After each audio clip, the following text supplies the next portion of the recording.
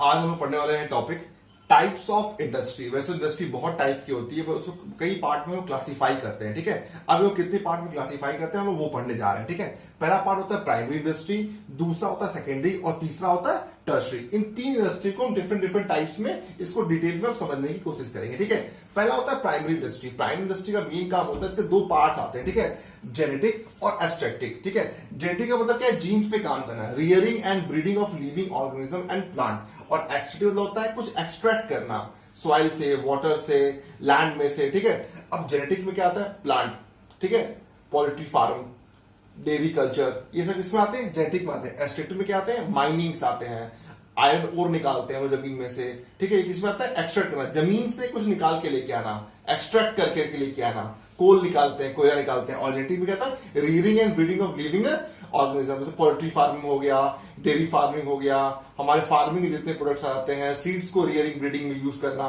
ये सब इसमें आते हैं। फिर दूसरा होता है सेकेंडरी। यहाँ पे क्या होता है, जो हमने प्राइमरी इंडस्ट्री से निकाले हुए हैं रॉ मटेरियल, वो अब कहां यूज करते हैं हम लोग, सेकेंडरी में। ठीक है, अब ये हमारा सेकेंड सोर्स बन जाता है। ठीक है, अब सेकेंडरी के दो पार्ट आते हैं, पहला होता है मैन्युफैक्चरिंग और कंस्ट्रक्शन। यहाँ पे किसको हम लोग यूज कर रहे हैं, रॉ मटेरियल को यूज कर रहे हैं, जो कि हम लोग प्राइमरी इंडस्ट्री से निकाल के लेके आए हैं। ठीक है, अब देखो मैन्युफैक्चरिंग होता है, कंस्ट्रक्शन, और मैन्युफैक्चरिंग के अंदर चार पार्ट आते हैं। पहला होता है एनालिटिकल, सिंथेटिक, प्रोसेसिंग और असेंबलिंग इंडस्ट्री।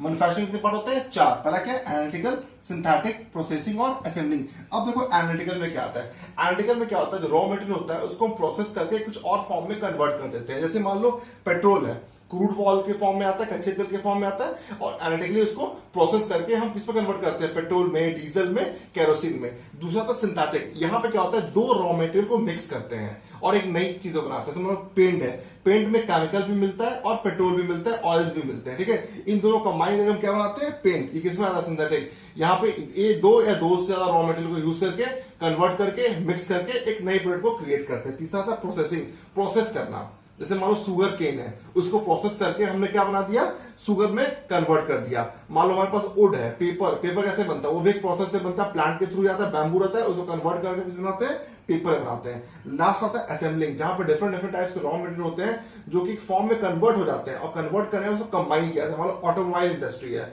अब कार की इंडस्ट्री है, बाइक्स की इंडस्ट्री है, different different parts different different जगह बनना है, एक जगह क्या हो रहा है, आके असेंबल। मान लो कार की इंडस्ट्री है, टायर कहीं और बनता है, बैटरी कहीं और बनती है, स्टीयरिंग कहीं और बनता है, ब्रेक शू कहीं और बनता है, और सब लाके हम मारुति के प्लांट में कन्वर्ट करके एक कार के फॉर्म में बना देते हैं।